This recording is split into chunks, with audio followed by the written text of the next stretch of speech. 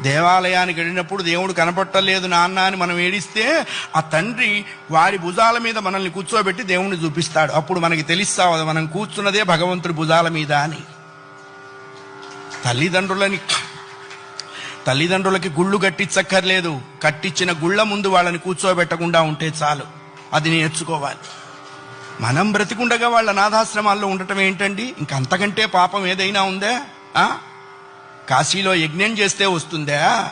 రామేశ్వరంలో అన్నదానం చేస్తే వస్తుందా? జన్మనిచ్చిన తల్లిదండ్రులు ప్రధానము. వాళ్ళని నువ్వే సేవించాలి.